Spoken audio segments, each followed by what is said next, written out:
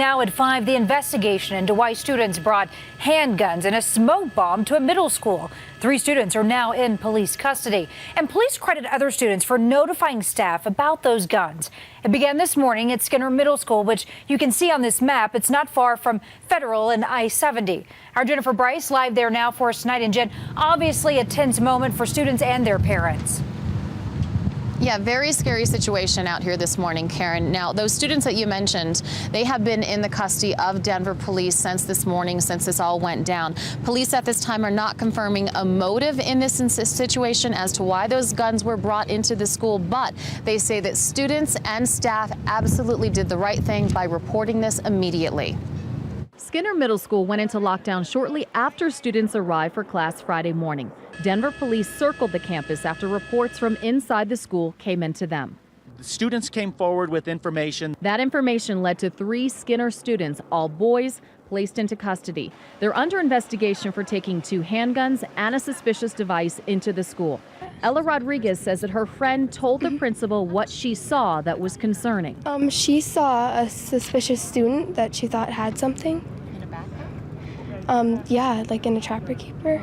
Police won't confirm where the handguns and the suspicious device were found, but parents say police told them the guns were found in lockers. Students say lockers were searched. You worry about your kids, you try to teach them to do the best things, and then they come to school and see this. Officers removed 2 different backpacks and an evidence bag from the school.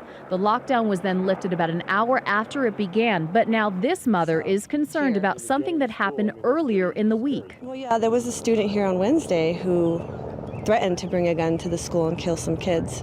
And I don't know what kind of actions they took, but they obviously didn't take very good ones, because I don't know who brought that weapon, but they were warned. Now, some of the questions that we have asked are the following. Was this a planned event? And have there been problems at this school before, particularly in this last week, like that mother mentioned? Those questions have not been answered either by the school district or by Denver police. Live in Denver, Jennifer Bryce, CBS 4 News.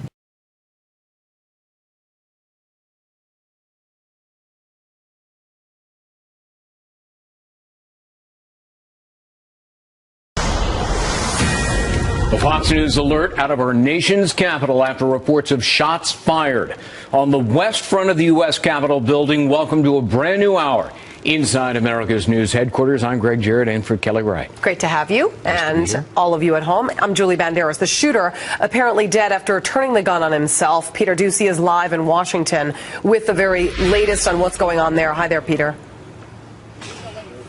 Hi, Julie. And what's really scary about this is that it is so crowded in D.C. today for the Cherry Blossom Festival. There are tons of tourists around. Now they're all being kept back away from this crime scene that we believe to be just on the other side of this hazardous materials truck, just in the shadow of that Senate chamber that you can see in this shot. Now, the reason that hazardous materials is here as well is because this shooter, who was also the victim, had some kind of a bag. We've seen investigators looking at the bag. We don't know what was in it. We don't know if it's been cleared yet. We also do not know, we have not heard for sure anything else about the moments before this shooting. We were just promised by the U.S. Capitol Police that the public information officer is going to come over here. But you look, there are at least 4 law enforcement agencies responding. You can see right here there's an officer from the DHS and the Capitol Police. FBI and D.C. Metro Police are here as well.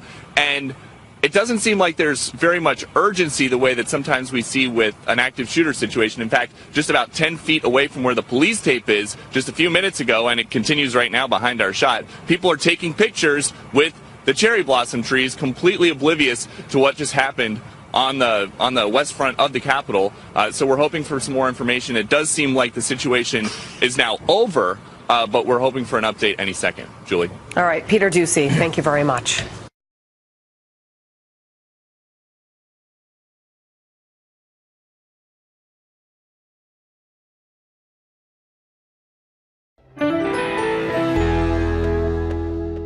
You're about to see disturbing images of what looks like a lake. It's a toxic place that reveals the hidden cost behind man's quest for green energy. In China's Inner Mongolia, the city of Baotao holds a secret that the world's wind energy producers may not want you to know. In this video posted on YouTube, freelance journalist Tim McGaughan reports that this is a rare earth minerals processing plant. You can see it far off in the distance with the smokestacks. Now watch as toxic sludge that McGaughan alleges comes from the facility pours out of pipes into what used to be land for farming. What is a rare earth mineral? There are 17 of them. The name doesn't actually mean they're rare, it means they're scattered amongst other mineral deposits and not concentrated. They have to be sifted and sorted to be usable. The rare earth mineral neodymium is essential to making magnets for wind power turbines. The Daily Mail reports this area is the dumping ground for 7 million tons of rare earth waste a year. 90% of the Earth's legally mined rare earth minerals come from Inner Mongolia. The New York Times reports worldwide demand is soaring for China's rare earth minerals. They're increasingly being used for high-tech products like smartphones. I'm Matt Sampson, The Weather Channel.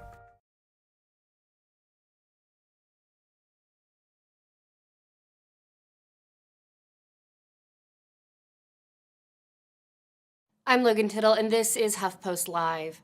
Police in Bakersfield, California arrested a man who was caught on surveillance video abusing his son at a supermarket.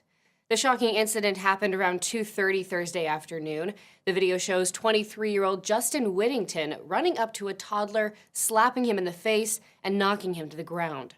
Whittington then yanks the boy off the floor as he hysterically begins to cry, and a woman, possibly his mother, walks up and takes him outside as if nothing happened. Police say Whittington is the boy's father and that they've been seen visiting the store together before. KTLA reports authorities arrested him Friday after their surveillance video was posted online and went viral. Fortunately, they say the child is doing just fine. The supermarket's owner handed the video over to police and told ABC's KERO it was devastating to watch. This is the most horrible thing I've ever seen. Watch this little kid get knocked out by his dad. Whittington faces 1 count of felony assault on a child and is scheduled to appear in court on Monday. He's being held on a $1 million bail.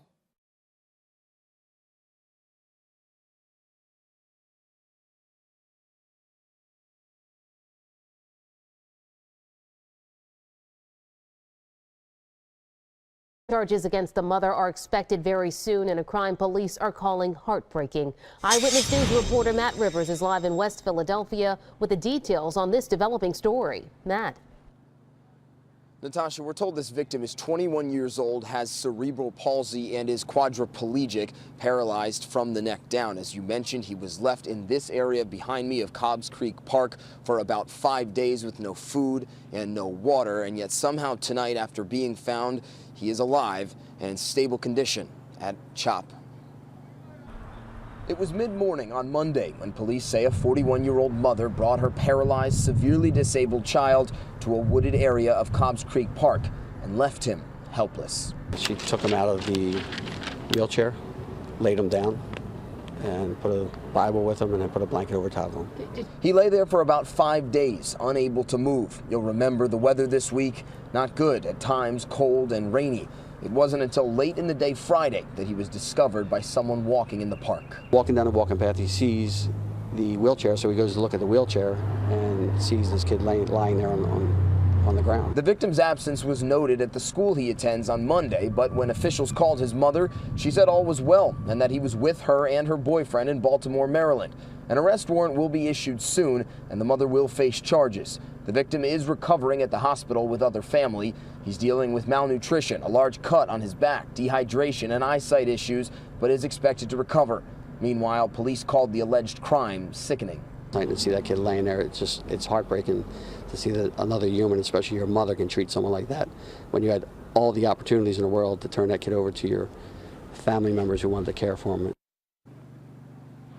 And as we mentioned, the mother in this case is expected to face charges, including reckless endangerment and aggravated assault. But since she has not yet been formally charged, her identity has not yet been released. Police also tell us they are still trying to determine why this mother apparently left her son in the woods to die. We're live in West Philadelphia. Matt Rivers, CBS 3 Eyewitness News. All right, Matt, thank you so much.